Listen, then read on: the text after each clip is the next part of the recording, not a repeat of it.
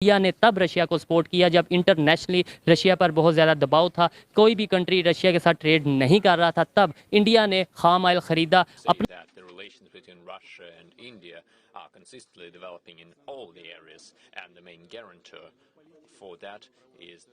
policy led by Prime Minister Modi. His Excellency is one of the politicians of the global scale that I was talking about previously. से related भी कुछ तज्जिया करेंगे। जनाब, हम तो कितने दिन से, बल्कि कितने साल हो गए, अब तो साल हो गए, पूरी दुनिया में ये खबरें ही चलती दिखाई देती हैं कि मोदी के गुण गाए जा रहे हैं, मोदी को सल्यूट किया जा रहा है, मोदी की तारीफें की जा रही हैं। तो अब हुआ कुछ यूं है कि भारत के वजीर आजम नरेंद्र मोदी साहब को एक और दुनिया के बड़े लीडर ने सल्यूट कर दिया है, और वो है प्रेसिडेंट पुतिन साहब। पुतिन साहब का ये कहना है कि तुम मोदी को नहीं डरा सके, तुम मोदी को नहीं डरा सकते, उसको खौफजदा नहीं कर सके। और मोदी एक ग्लोबल स्केल का लीडर है, दुनिया का बड़ा लीडर है, और उन्होंने सल्यूट किया है। अब ये क्यों किया है, उन्होंने ऐसी बात क्यों की है? यार, जहां सभी करते चले आ रहे हैं तो उन्होंने भी कर दी, तो कौन सी ऐसी एक अनोखी बात होगी? ठीक है, लेकिन उनकी तो देखिए ना कि भारत की अपने मुल्क की भी और उनके वजीर आजम की तारीफें तो हर कोई करता हुआ दिखाई देता है। तो अब पुतिन साहब जो हैं, उन्होंने ये बात इस बिना पर कही है कि यूक्रेन और रशिया की जंग के दौरान बहुत से ऐसे मौके आए कि जब कंट्रीज पर प्रेशर आया। हमें याद है कि हम ये खबरें आप तक पहुंचाते रहे, कई कंट्रीज को प्रेशराइज करने की कोशिशें की गई, और हमेशा ऐसा होता है, ये भी कोई अनोखी बात नहीं है। जो ब्लॉक्स हैं वो इसीलिए बनते हैं कि कोई हमारा तरफ आए, हमारी साइड ले, और कोई किसी और की तरफ चला जाए। तो ऐसा करने की कई मर्तबा कोशिश की गई कि कंट्रीज को ये कहा जाए कि जनाब, ये जो यूक्रेन है आप इसका साथ दें, या रशिया जो वो चाहता था हमारा साथ दें। तो उस सिचुएशन में हमें ये नजर आया कि जो इंडिया है उसके लिए एक पुल सरात पे चलने का काम इसलिए था क्योंकि इंडिया और रशिया के जो रिलेशंस है डेकेड से, वो बेइंतहा बहुत ज्यादा करीबी रिलेशंस, और हमेशा वो एक दूसरे के साथ खड़े हुए नजर आए। अब इस सिचुएशन में कि इंडिया वो कंट्री के जो नॉन अलाइनमेंट की मूवमेंट की बात करता है, और एक ऐसा कंट्री बन चुका है, इतना ताकतवर हो चुका है कि उसको अब ये देखना होता है कि भाई हम किसी के कहने पर किसी की साइड ले सकते हैं क्या, और ये भी कि उनकी तो ट्रेड, उनकी इन्वेस्टमेंट्स और उनके जो एग्रीमेंट्स है वो पूरी दुनिया के कंट्रीज के साथ है, उनका दुश्मन हो या उनका दोस्त हो। तो इस सिचुएशन में ऐसे मुल्क के लिए जो एक ऐसे स्टेटस जिसके पास मिल जाए उसको, और एक ऐसे स्टेचर पर हो, तो फिर बहुत मुश्किल होता है ये फैसला करना। और फिर ये नजर आया, ये फैसला किया गया कि जो कि प्रेसिडेंट पुतिन ने कहा है कि उस दौरान इंडिया ने बड़ा एक सॉलिडारिटी ना सिर्फ शो की, बल्कि स्टैंड लिया इस बात पर कि वो किसी की तरफ टिल्ट का नहीं शो करेंगे।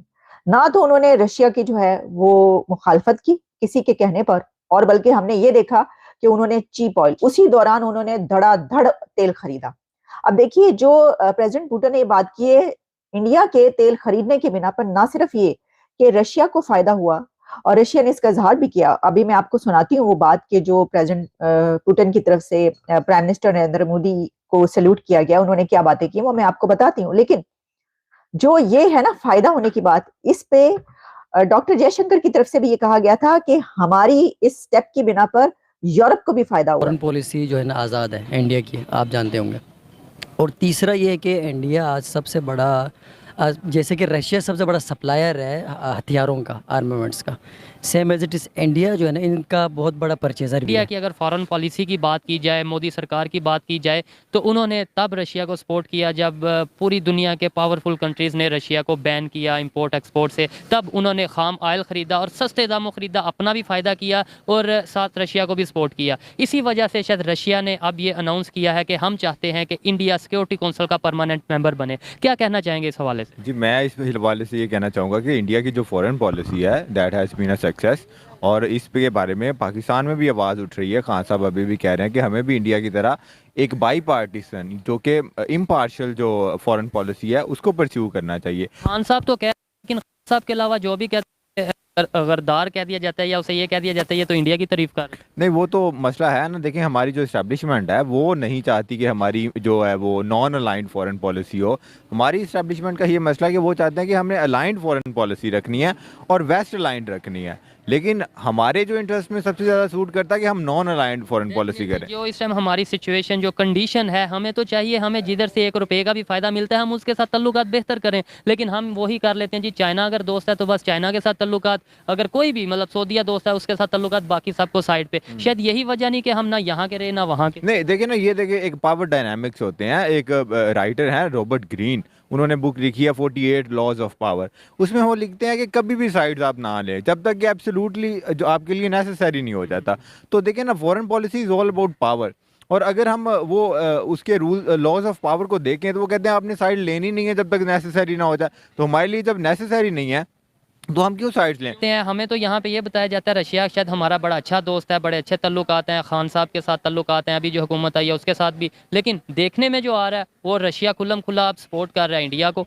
देखिए जी, रशिया के साथ तो हमारे कभी भी अच्छे रिलेशनशिप नहीं रहे सिंस इंसेप्शन ऑफ पाकिस्तान। कहा तो यही जाता था ना कि देखें वो 30% ऑफ पे खाम ऑयल दे रहा है, ये कर रहा है वो कर रहा है। नहीं कहा, अगर वो कहेंगे तो हम मान थोड़ी ना लेंगे। हम तो देखते हैं कि रियलिटी क्या है। तो जो रियलिटी ये है कि रशिया के साथ हमारे कभी भी रिलेशनशिप अच्छे नहीं रहे, and that is since Pakistan के बनने से लेके नहीं रहे।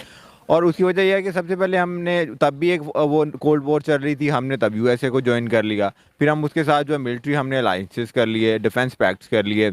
उसके बाद 71 हुआ, फिर हमारा U2 उससे पहले हो गया। U2 के बाद जो 71 उन्होंने कर दिया हमारे साथ। उसके बाद हमने कोशिश की भुट्टो साहब ने कि उनके साथ थोड़े अच्छे रिलेशनशिप करें, और उसका ये नतीजा ये निकला कि चूंकि जो लॉबी है और जो इन्फ्लुएंस है यूएसए का वो बहुत स्ट्रॉन्ग है पाकिस्तान में, तो उन्होंने टेक ओवर कर लिया पाकिस्तान में, भुट्टो साहब को निकाल दिया। That the relations between Russia and India are consistently developing in all the areas, and the main guarantor for that is the policy led by Prime Minister Modi. His Excellency is one of the politicians of the global scale that I was talking about previously without giving the names.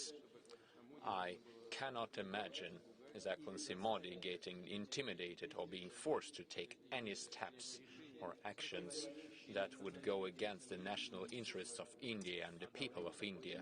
And there is pressure against him, I am aware of that.